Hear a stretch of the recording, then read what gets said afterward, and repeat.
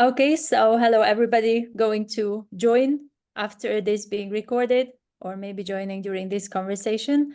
As you know, I'm interviewing every Monday somebody from all over the world about hemp and running an interesting hemp business. So I can learn more about it and you can learn with me about it as well. The series of these conversations is called the Hempy Talks. So on behalf of the Hempy Talks, I'm very happy that today I'm welcoming Bernardo from Portugal, who is the developer and the co-founder of 8,000 Kicks. And the first question I will ask you, Bernardo, is just tell me, how did you get to know about hemp? What was your first memory with industrial hemp? Okay, hello, Beatrix. Thank you for having me.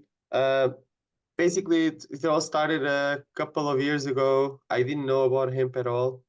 It started as a joke. We're all at my friend's basement, and one of my friends, I just moved from London to Portugal, and I was looking to start a company, but I didn't know what. And I was testing different things at a time. And this was 2018, and a friend of mine came up with a stupid idea of, hey, Bernardo, you want to start a business? Why don't you do some cannabis shoes? Back then, we didn't even know the difference between cannabis and hemp. It was a moment of serendipity.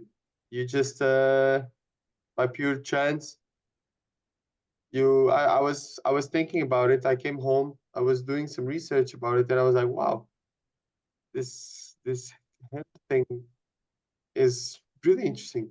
It's very durable, very sustainable. This has the potential to change the world. And it all started like this. The next day I came to my grandmother. She is an expert in textiles for over 50 years. And I asked her, hey, what do you think about us starting a cannabis shoe company? She was not happy at first. She was a bit shocked and saying like, oh, I didn't raise you to be on drugs. Stay away from this. Be careful. No drugs here, please. No drugs in this house. And then I was saying, this is not a drug. This is fabric. This is canvas. And then, well, she didn't believe it. Then I bought some fabric and I showed her the fabric and she looked at the fabric and she was inspecting it and she was, okay, this is actually not as bad as I thought. This has potential. I told you. And then it started a bit like this. From the fabric, we immediately started doing prototypes. So we went to factory 1, factory 2, factory 3, asking, hey guys, we are starting a cannabis shoe company. Can you help us make a shoe? And they were like, okay, sure, let's do it. Some factories were more open than others because it's a bit of a crazy idea, right? Not every factory is open to ideas like this. So we slowly started, and eventually we launched a campaign on Kickstarter for this shoe, and that's when things started to take off. And suddenly we are like making selling a lot more shoes now. We on this campaign, we were like suddenly making we suddenly made sold over 2,000 pairs of shoes in 2 months. That was wild. That was very wild. Yes. Yeah, and it really sounds like, when you are aligned with what you're supposed to do, then things just fall in place. You know, how you were telling me, it's just kind of like one step after the other, and then 2,000 pairs of shoes in 2 months. Brilliant, and people are into it. Yeah, we What would not kind of expect it. Right? I mean, this is pretty amazing. What kind of feedback were you getting from people, those who Uh, were buying the shoes? no, people were very excited. There was a lot of excitement. It was a new idea. Eventually, people are still excited, but we've been around. They can buy the shoes anytime they want, so it's not the same, right? Now it's kind of people still get very curious what we're doing, but it's not like we opened yesterday, so people are still buying it, but they're less. A bit less excited. I mean, they're still excited, but less excited as when we launched, right? Because now we're available. We are shipping, so it's easy. Easy to get Right. the shoes, easy to get the backpacks. It's not like a new product. The concept, we are always evolving the concept, launching new innovative products, but it's not the first shoes anymore. We already like have a couple models and people can buy whatever they want. Yes. So it's the natural progress of business development, isn't it? You are growing it, you have it more Yeah. available and accessible. And when you are receiving reviews or you are seeing reviews on 8,000 kick shoes, what is it that really like catches your attention in these reviews? I mean, some people I mean, I actually read a lot of those reviews, and it's very exciting that when you read those reviews, it really makes me happy that people find value in what you do, right? And some products we already have a lot of reviews, and it motivates a lot. You just read all those things, good things about your shoes, and you feel like you're doing the right thing. Right. What qualities of your shoes do they appreciate? I'd appreciate the lightweight, the sturdiness, the sustainability, uh, the comfort. The comfort, especially, the shoes are really comfortable. The waterproofing as well. Although our shoes are not technically super waterproof, they are waterproof enough for most people. They are waterproof enough for basic rains, and that's what most people need, unless they go to the mountains. Our shoes are totally okay, and that's very cool. Uh, but yeah, I would say those are the things: comfort, sturdiness, sustainability, etc. Yeah, I can attest to all of them because I got my first like 8,000 kicks shoes from you, I think, and I got one for myself and one pair for my partner. We both tried it, not only in Dubai, but also when I go home, to Hungary. And it was definitely, all those things that you mentioned, comfortable. It's enough for it's waterproof enough for a Hungarian weather. So I really appreciated it, and it's comfortable. I haven't gone hiking in them, so I don't know. That's just because, the number of hiking activities I got involved in the last years decreased. But next time I go hiking, I will consider it, for an easy hike to test it and see how it is. So it's a good idea. We're actually launching new models. They're like more hiking fit. Those are already very good for hiking, but the new ones we're launching are more like outdoorish. Yeah. It's exciting times. Nice. When you look at your audience, then what kind of people they are? I don't know how best to like categorize them or characterize them. Would it be a mindset? Would it be a certain, nationality or nationalities that forms your audience? Who are they? Normally, we sell to a lot of hamsters, people that like hemp. Uh, these are like people that value and understand what we do. It's easier uh, because they love hemp. They understand what it is, and they immediately fall in love with it. The hamsters they buy a lot, like yourself, like me. Uh, then we also sell to a lot of millennials, mostly with the sustainability concerns. Uh, people, older generations, we also sell like old EPs. We sell to a lot, especially in the U.S., San Francisco area, and Portland, and Washington. We sell to a lot of EPs back from the 60s, older people. Sometimes we get calls from older people that are struggling to buy online, and we are helping them. But they really like the shoes because it reminds me of their old days hitchhiking across America. It's fun. Yeah. And What a yeah, nice what a nice generational overview you have had, the millennials and now going people who yeah, remember their, young days. It's a very nice, like continuity there. yeah. And And you mentioned like you are developing your products. How do those developments come to life? Like how do you come up with the idea of creating something new? Um, First thing we do is we start with the design. I mean, first we have a concept, right? An idea. People have mentioned, I want this, I want that, I want a bigger backpack, a smaller backpack, I want a shoe for this, a shoe for that. And okay. Then we start thinking about it. What should it do? What should it not do? Then we ask our designer to come up with some sketches. From the sketches, we then move to samples. Like we have designs from the designer, we send it to the factory and we ask the factory to execute it. Then the factory does the samples and we start working on those, looking at it. What can we change? Is this good enough? Then we do a second sample, third sample. It's normal that we sometimes have to redesign it a little bit. It's very normal. It doesn't, because one thing, it looks good on paper, it doesn't mean it's gonna look good on reality, right? And then it's a pure iterational process where you go from one to second, third, fourth, sometimes 10 samples until you actually have something. Right. It takes Did you?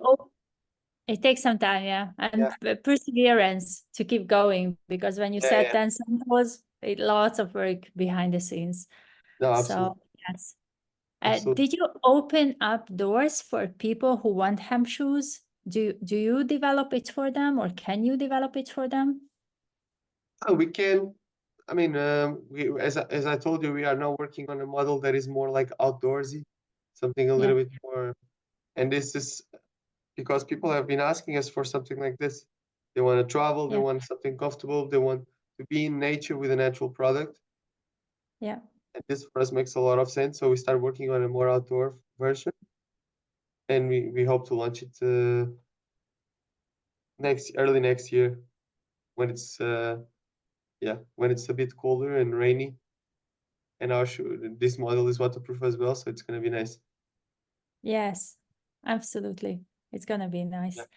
So when you see your business evolving more, what kind of things, what kind of activities, what kind of events do you see happening? Good question. Uh, you mean in terms of things happening to us or things we organize? Both. Well, we hope as we move along, we get recognized more and more as a hemp leading hemp brand and a leading shoe brand. Both things. We really put a lot of work into it in making new models. We don't design a lot of stuff. We design and launch very few, but we want to make sure that the few that we develop are good enough and they're perfect. That's why we don't really do collections. We like seasonal launches and winter, summer stuff. We just launch whenever we feel it's ready. We launch it. Sometimes we don't launch anything because it's not ready. Uh, so we really put a lot of work into it, in being recognized as an industry leader. But ultimately, of what we really want to do is our vision is to make hemp so easy access or so ubiquitous in the shoe industry that everyone seems logic not to use it because everyone uses it. This is a really big dream. If people start using hemp instead of leathers and plastics, then it's a huge milestone. Right. Do agree with you. And it's a wonderful vision. Yeah, And also it's very grandiose, very big. And we are it is. definitely on the same mission with this, for people to use more hemp. What is it that you find challenging as a hemp business owner? A lot of people have a stigma still against the plant, which is a bit annoying, but it's starting to change because of your podcast. Because of we also try to educate people a lot. Many people work on this industry, on the and they want to educate others to explain them. Hey, look, hemp is not devil. We're not gonna kill you. So we work on this broad towards education and information, and that normally helps us sell more product. But also, it's every day is a small step towards our biggest goal. And that's where we go every day. Right. Um, it's I do believe that, strongly believe that it's, education and awareness has a lot to do with changing the stigma around hemp, Absolutely. and really changing the perception of how we are looking at these plants. And I agree with you that it's changing, it's changing, maybe faster in some parts of the world, maybe slower in some other parts, or faster in some communities and slower in some other communities.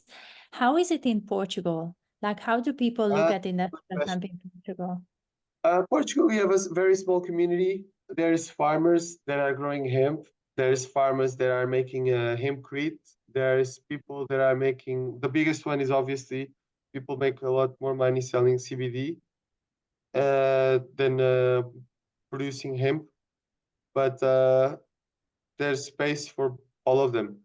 Also, CBD is way more competitive than hemp, but uh, but hemp has a lot of space in Portugal. It's just that there's not a lot of people working on it. It's a small country as well. But I guess everywhere in Europe is the same. It's just some countries are a bit bigger than others. France is big on hemp because there's a lot of farmers. But the big problem in Europe is that there's the lack of infrastructure to transform hemp, at least for textile purposes. There's I think there's one or two or three players with decorticators, but shipping the hemp across Europe to have it decorticated and then shipped back home, it's very expensive. Right. That the more of the, and this is exactly, what I feel is one reason that hemp is going to be more popular in the coming years, is because many of the countries are looking for local production. Yeah, Many of the countries are looking into circular economy, so they can do it all in-house and they don't have to go out, come back in. And that's because of the horrible costs, of logistics, and also of the manpower involved, and, it's energy as well. So there are many, many key factors here. Is there a tendency in Portugal, having said that, to kind of get the hemp community together? Do you see it more as a community, or do you see it as individual, uh, let's say, business owners? there's both. There's definitely a community in Portugal. We actually all have a group, Portugal, where we share ideas and information. But I also, as you know, it's not just Portugal. We spend a lot of time in the US, and in the Yes. US we are also in a lot of groups where people share information. We go every year. We go to NOCO, which for us is one of the biggest shows in industrial hemp. We always there exhibiting. We love to be there, meet the people, and just find information and learn about each other. That's a great show. Yes, I agree that NOCO is probably, one of the most popular ones, or in the Yeah, US, maybe the most popular one. yeah, for sure. For Um, industrial hemp, yes. Not for yes. cannabis, but for industrial hemp, definitely. Yeah. Great. Do you see, mentioning the community parts, and that people are connecting, and I also find that people who are interested and already, like, kind of passionate about industrial hemp, they are more open to support other hemp businesses, to buy from them, to create with them.